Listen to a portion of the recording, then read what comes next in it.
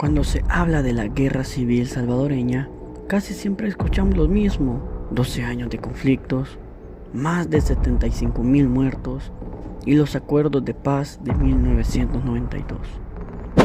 Pero hay cosas que no se cuentan en la escuela y hay decisiones ocultas, eventos que casi cambian el destino completo del país y secretos que muchos aún desconocen. Y hoy te voy a contar 5 cosas que probablemente no sabías sobre la guerra civil salvadoreña. Y la número 3 pudo haber cambiado por completo la historia de El Salvador. Antes de comenzar, la guerra civil en El Salvador ocurrió entre 1980 y 1992. De un lado, el gobierno salvadoreño respaldado por Estados Unidos; del otro lado, la guerrilla del FMLN. Fue un conflicto ideológico, político y social, pero también fue una guerra influenciada por la Guerra Fría. Ahora sí, prepárate porque esto no lo escuchas en cualquier lado.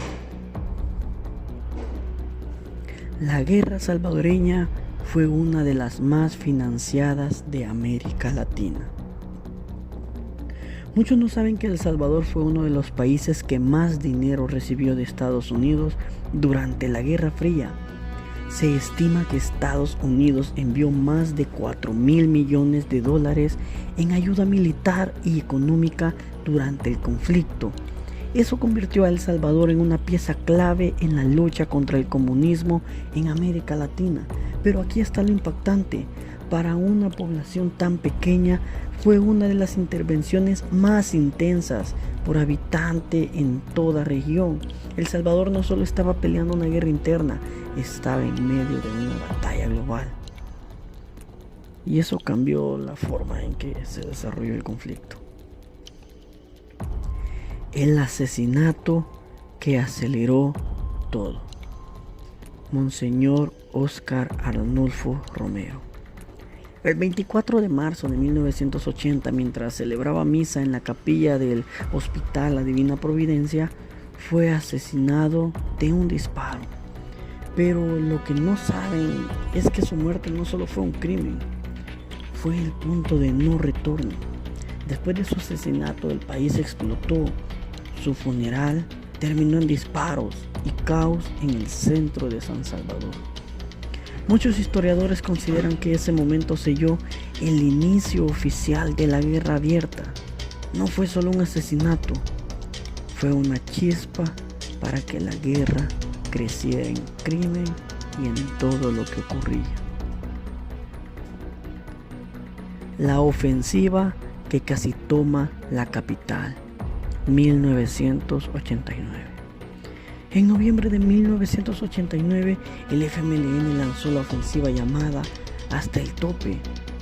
Por primera vez, la guerra llegó con fuerza total a colonias residenciales.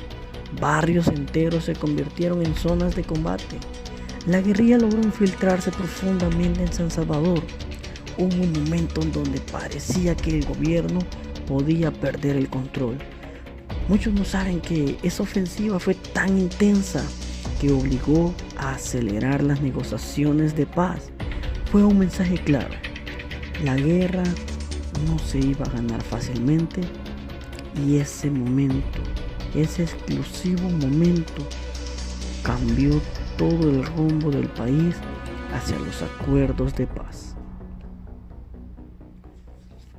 El Salvador fue uno de los conflictos más mediatizados del mundo.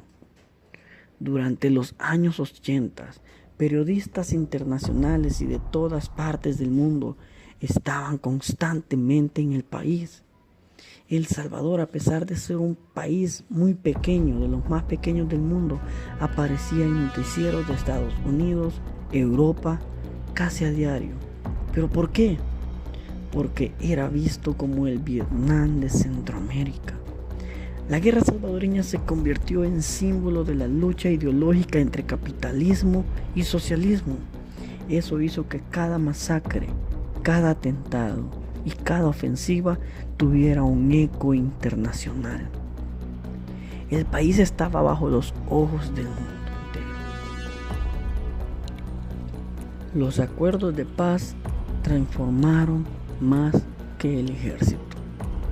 Firma de los acuerdos de paz, 1992. El 16 de enero de 1992 se firmaron los acuerdos de paz en Chapultepec, México. Pero no fue solo el fin de los disparos, no fue solo el fin de las bombas y de lo que se vivía. Fue una transformación que fue mucho más allá, una transformación profunda.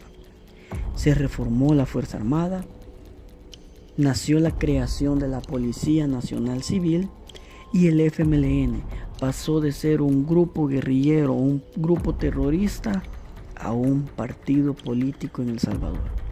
Y ese cambio logró que hubiera un cambio radical y completamente en el mapa político del país. Muchos conflictos terminan con silencio, pero en El Salvador el conflicto terminó con una reconfiguración total del Estado. La guerra civil salvadoreña no solo fue una lucha armada, fue una herida profunda que marcó generaciones. Muchos crecieron con historias de desplazamiento, miedo o pérdidas. Y aunque los disparos probablemente terminaron en el 1992, las consecuencias sociales y políticas aún se sienten hasta el día de hoy. La pregunta es, ¿hemos aprendido realmente de ese capítulo de nuestra historia?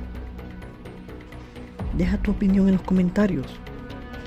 Y si quieres más contenido sobre la historia oculta de El Salvador, suscríbete, porque aquí vamos a contar lo que pocos se atreven a explicar.